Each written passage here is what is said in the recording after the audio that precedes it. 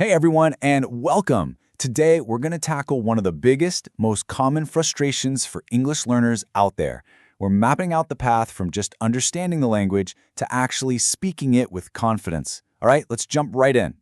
So, does this sound familiar? You can watch a movie, you can read a book, you totally get what people are saying to you, but then when it's your turn to speak, your mind just goes completely blank. The words, they don't come out. It is so frustrating, right? Well, let me tell you, you are definitely not alone in this.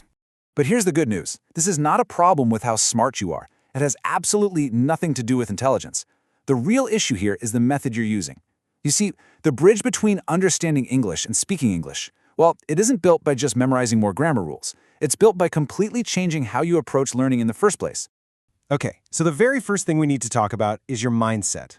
This is about shifting from being a passenger in your own education to getting in the driver's seat. It's really all about taking control of your own learning journey. And check this out. It's kind of like a tale of two different learners. You've got student A, who only studies because their teacher tells them to. The teacher picks the book, sets the schedule, decides everything. But then you have student B. Student B studies for herself. She gets to choose topics she's actually interested in. She decides when to study and for how long. Now, who do you think actually learns better? It's student B almost every single time. And why is that? It's because of autonomy. She feels like the learning is hers. And that simple feeling of ownership, it changes absolutely everything. So let's move on to our second big idea, because this builds on that sense of control. You know, fluency doesn't just happen overnight in some big, heroic effort. Not at all. It's actually the quiet result of taking small, consistent steps every single day. It's all about building good habits. And this is a perfect way to think about it. Imagine you're exercising. Let's say your goal for the day is to walk for 30 minutes. Okay, so after 15 minutes, you start to feel tired and you see a bench. If you stop and sit down, yeah, you're tired, but you're also a little sad, a little disappointed you didn't finish. But what if you push through for that last 15 minutes? You complete the whole 30-minute walk. Now, you're still tired, of course, but it's a good kind of tired. You feel happy, you feel strong, you feel accomplished.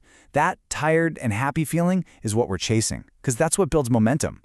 So this quote right here, this should be your new mantra for daily practice. Don't stop when you're tired, stop when you're done. Just make sure you finish that one small goal you set for yourself for the day. It doesn't matter if it's learning one new word or practicing for just 5 minutes. Finishing is how you get to that tired and happy place. So just how small of a step are we talking about? How about just one, new word a day? But you got to do it the right way. First, you have to really see the word. Maybe you connect it with an image in your mind. Second, you have to say it out loud. Let your mouth get used to the shape and feel of the word. Third, write it down in a sentence to give it some context. See, a word on its own is just floating there. It's easy to forget. But a word in a sentence? Now it has a home. And finally, use it. Maybe put that sentence on a sticky note where you'll see it all the time. One word a day might not sound like much, but that's over 300 new words in a year. See? Small steps really do add up. Okay, so we've got our mindset right and we're building good habits. What's next? Well, now it's time to get practical. This is all about the tools you need to connect the English that's in your brain with the actual muscles in your mouth. This is where the magic happens. This is how we build that bridge. First up, we have a tool that is totally free and honestly so powerful, self-talk. And it's exactly what it sounds like. You just talk to yourself in English. As you're going about your day, you just narrate what you're doing. Okay, I am walking to the kitchen. Now I am opening the fridge.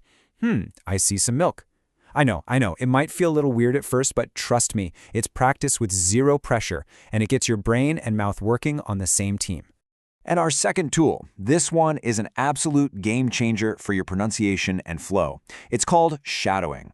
Now, this isn't just listening to something and then repeating it. No, it's about speaking with the speaker, almost at the exact same time, like you're their shadow. You followed their voice as closely as you possibly can, trying to match the rhythm, the intonation, and all the sounds. So how do you even start doing this? It's easy. First, just pick a short piece of audio, something like 30 seconds to a minute long. A clip from a podcast or a short video is perfect. Then, listen to it one time through, just to get the gist of it. After that, play it again and start shadowing. Try to talk right along with the speaker. And hey, don't even worry about getting every single word perfect. That's not the goal. The goal is to just follow the flow and the music of the language. Okay, on to the final piece of this puzzle. So many people think you have to pack your bags and move to an English-speaking country to really get immersed in the language. Well, you don't. You can create your very own English environment right where you are every single day. And here are some super simple ways to do it.